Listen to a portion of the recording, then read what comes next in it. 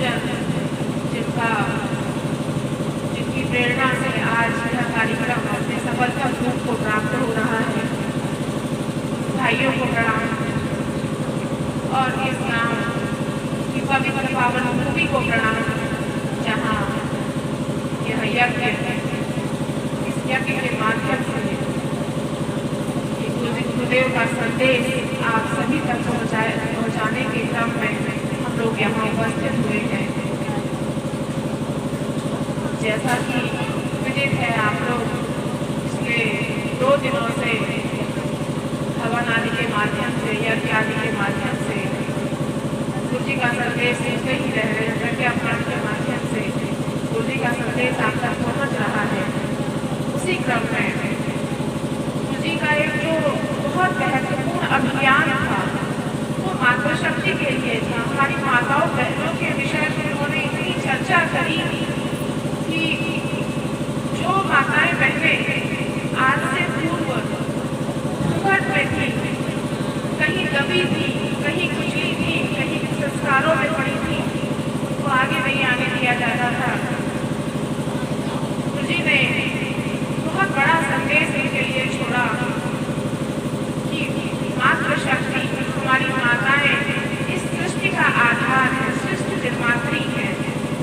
सृष्टि की इस पूरे संसार की रचना करने का श्रेय सिर्फ माताओं को जाता है।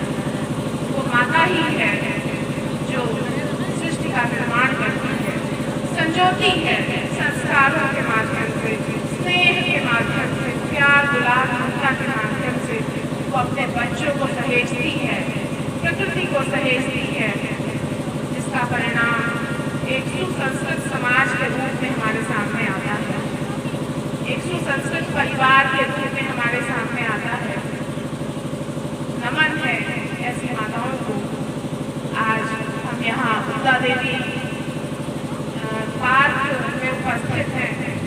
आप सभी को जानते हुए बड़ा हर्ष का अनुभव होगा कि ये वही उदा देवी हैं जिन्होंने स्वतंत्रता संग्राम में अपनी महती भूमिका निभाई थी।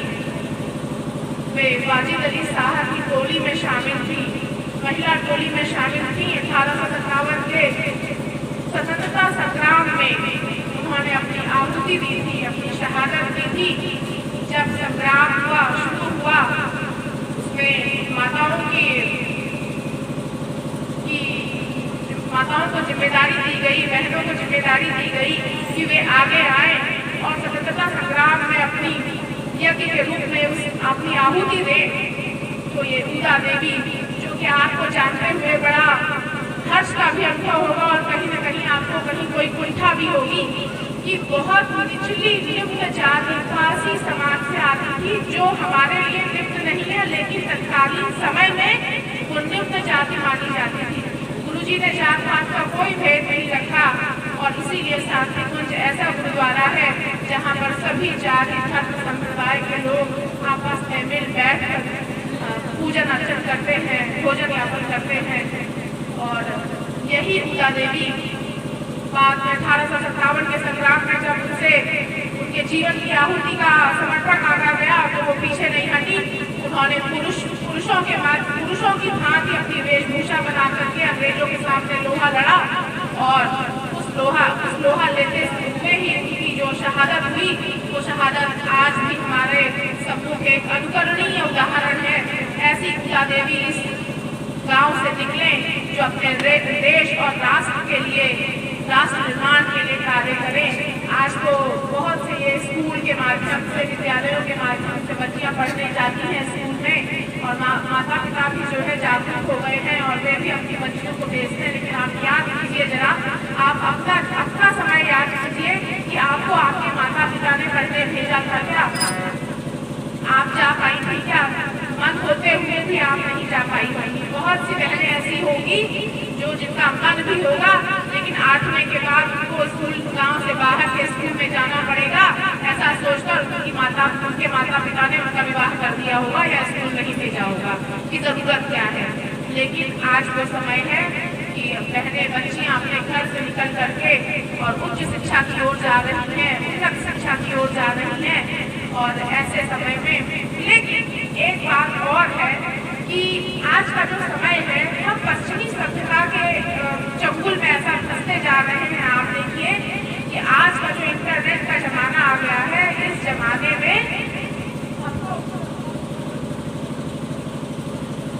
इस समय बड़ा दुर्लभ समय है ये। आपको ध्यान रखना होगा कि हमारे बच्चे कहाँ जा रहे हैं, क्या कर रहे हैं, इंटरनेट के माध्यम से क्या देख रहे हैं। ये सब जिम्मेदारी हमारी है, माताओं बहनों की है। पुरुष होते हैं घर से बाहर, अधिकतम समय उनका घर से बाहर निकलता है। माताएं बहनें जो होती हैं घर की जिम्मेदारी उनके ऊपर होती है।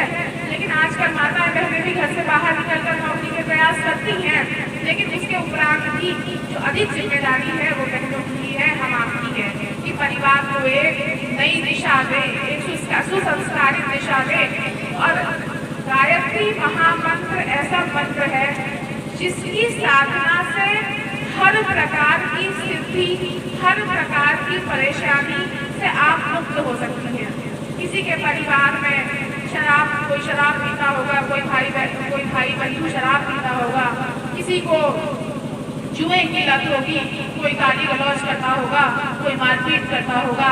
आप जरा करके देखिए, जरा साधना, आप गायत्री की साधना करके देखिए, गुरु जी के संदेशों को जरा उनको आत्मसात करके देखिए, उनको पढ़ के देखिए, उनको सुन के देखिए, निश्चित रूप से आपको लाभ मिलेगा। आप केवल 5 गायत्री मंत्र से प्रारंभ कीजिए और धीरे धीरे धीरे धीरे उसको बढ़ाते रहिए।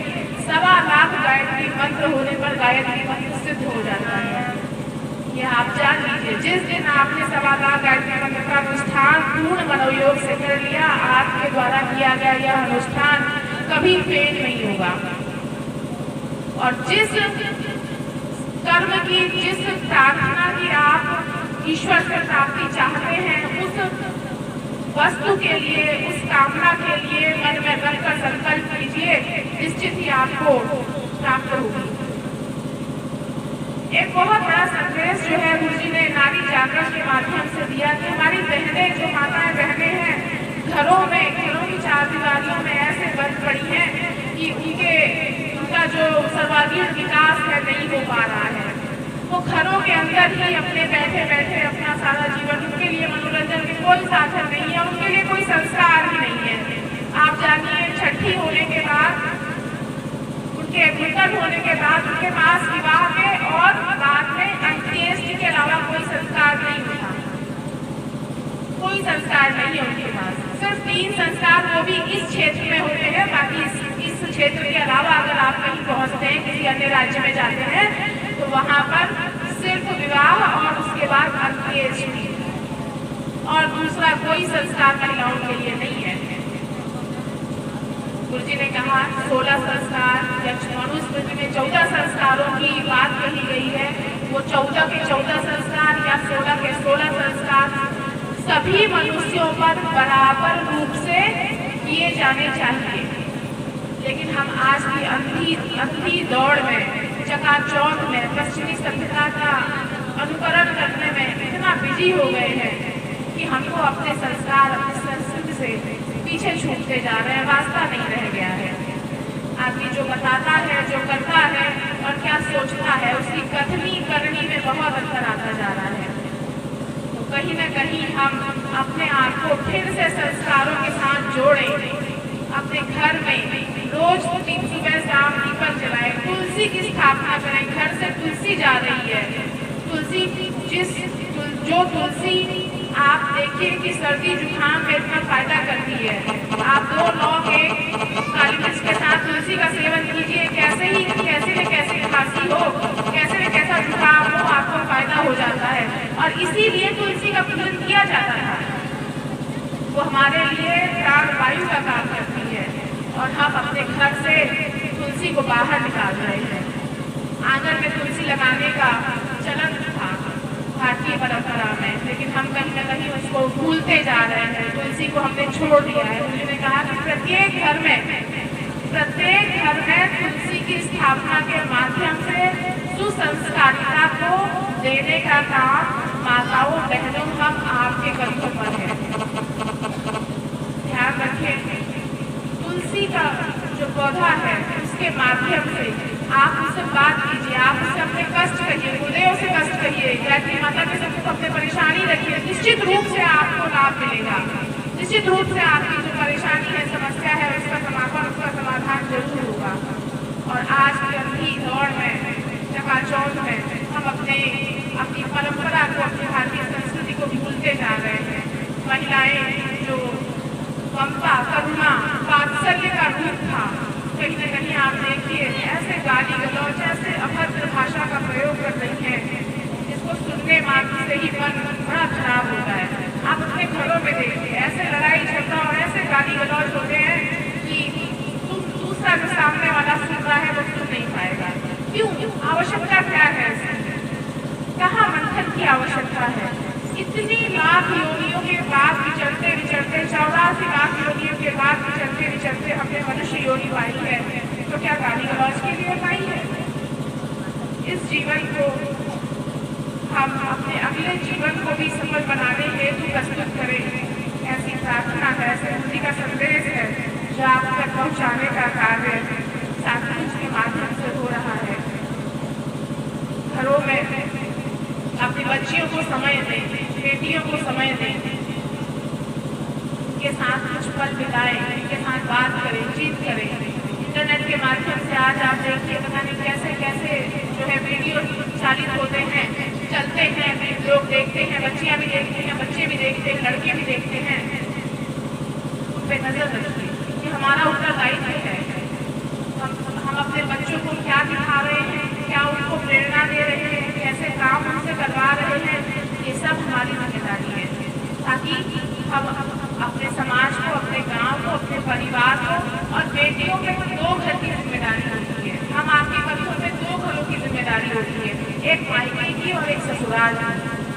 दोनों घरों को लेकर के, और ये 2 घर नहीं होते हैं, ये 2 गांव होते हैं, ये 2 परिवार नहीं होते हैं, ये 2 समाज होते हैं, जिनको ले जाने की, जिनको आगे बढ़ाने की जिम्मेदारी हमारे कंधों पे है।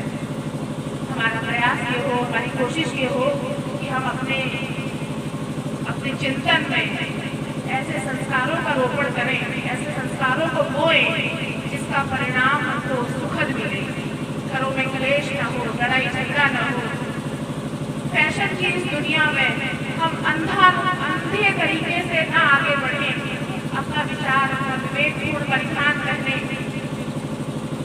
शादी पार्टियों में जाते हैं, आप लोग देखिए कैसा होता है, फिर बाद में वीडियो जब बनाते हैं, वीडियो बना के देखिए कैसा लगता है, अच्छा लगता है क्या? घोड़ा नाच, अश्लील गाने कहाँ से आ गई है? ये तो हमारी संस्कृति नहीं है, लेकिन फिर भी हम इसका हिस्सा बन रहे हैं। हम क्यों नहीं, अगर कोई ऐसा संगीत बजता है जो हमको सुनने में अच्छा नहीं लगता है, क्यों नहीं हम कह पाते हैं कि भैया इसको बंद कीजिए, डीजे वाले बाबू ये गाना बंद कर दो? क्यों नहीं कह पाते हैं? क्योंकि हमको शर्म आती है, हम नहीं बोल पाते हैं, हमको जानकारी नहीं है कि उनको क्या बजाना चाहिए और क्या हमको सुनना चाहिए। हम सुनते हैं बड़े मजे से, मंथन विचार करने लगते हैं, ऐसा पहनावा पहनने लगते हैं जिसका कोई उद्देश्य नहीं है। ऐसे ब्लाउज की कटिंग, ऐसे परिधानों का हम इस्तेमाल करने लगते हैं, प्रयोग करने लगते हैं जो सर्वथा ही अनुचित है। नारी माँ का स्वरूप होती है, वात्सल्य, प्रेम, करुणा, संस्कार, ये उसके अंतर्निहित अंग। बिना प्रेम के, बिना वात्सल्य के, बिना ममता के, बिना करुणा के कोई नारी नहीं है, वो सिर्फ मनुष्य है। जिस नारी के अंदर वात्सल्य नहीं है, प्रेम नहीं है, वो मात्र व्यक्ति है, वो माँ नहीं हो सकती। और माँ संपूर्ण परिवार को, संपूर्ण समाज को साथ लेकर चलती है। आज हम क्या कर रहे हैं? घर परिवार टूटते जा रहे हैं, आपस में झगड़े होते जा रहे हैं। आप इनका कारण ढूंढने के बजाय इन्हीं में उलझ के रह जाते हैं। कारण ढूंढिए, संस्कारों की कमी है, नैतिकता की कमी है। बच्चों से कह दो कि कहिए कि बड़े आए हैं, पैर छूइए, तो उनको पैर छूने में शर्म महसूस होती है, झुकना नहीं चाहते हैं। क्यों? अहंकार आ गया है। यह अहंकार क्यों आ गया है? हमने उनको सिखाया नहीं। जब पहली बार हमने उनसे कहा कि बेटा बड़े चाचा आए हैं, उसके पैर छुइए और उन्होंने उस समय अगर उसने मना कर दिया और आपने उस समय उसको नहीं डांटा तो फिर बाद में आप उसको चाहे जितना डांटिए तो नहीं सुनेगा। ये संस्कार हमको डालने पड़ेंगे, इनका बीजारोपण करना पड़ेगा, इनको बोना पड़ेगा, तभी हम एक सुसंस्कारित समाज की फसल काट पाएंगे। अन्यथा तो जीवन सभी जीते हैं, हम आप भी जी रहे हैं और लोग भी जी रहे हैं, अन्य अमेरिका के लोग भी जी रहे हैं, हम भारत के लोग भी जी रहे हैं और ऐसे ही जिएंगे और ऐसे ही मर जाएंगे। लेकिन हमारे प्रारब्ध का क्या होगा? अगर ये जन्म हमको मनुष्य योनि का मिला है तो हम अपने पुराने प्रारब्ध के जो कुकर्म है, जो हमारे द्वारा जाने अनजाने हुए हैं, उनको हम इस जन्म में जान करके उस प्रारब्ध को सफल बनाने का, उसको सही करने का काम कर सकते हैं। लेकिन हम नहीं कर रहे हैं। हम दूसरों की बुराई करने में, हम चुगली करने में, हम उसके घर में क्या बना था, उसके घर में क्या हो रहा है, उसकी सास ने उसको क्या कहा, उसकी देवरानी जेठानी में क्या लड़ाई हुई, हम इसी सब में उलझे हैं। आप समय निकालिए, एक से आधा घंटा आप गुरुजी का साहित्य पढ़िए। आजकल तो सभी के पास मोबाइल है, इंटरनेट है, यूट्यूब के माध्यम से, व्हाट्सएप के माध्यम से सभी लोग जुड़े हुए हैं एक दूसरे से, फोन के माध्यम से, ऑनलाइन सेवाएं चलती हैं उसके माध्यम से, ऑनलाइन यज्ञ होते हैं उसके माध्यम से, शांतिपूर्वक से जुड़िए।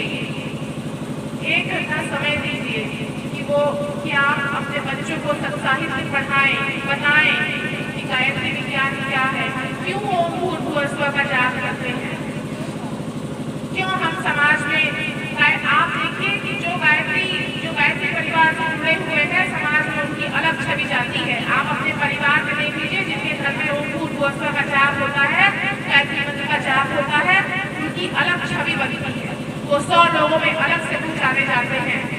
आप जरा विचार करिए इस पर, कभी इस पर मंथन करिए और इसको प्रत्यक्ष सोचिए, देखिए, आप पाएंगे, आपको स्वयं अनुभूति होगी। तो गुरुजी का संदेश आज इतना ही है कि आप अपना सद्विवेक जागृत कीजिए, अपनी बुद्धि जागृत कीजिए कि आप क्या कर रहे हैं। आपके क्रियाकलापों से दूसरे को दुख हो रहा है या उसको सुख की अनुभूति हो रही है?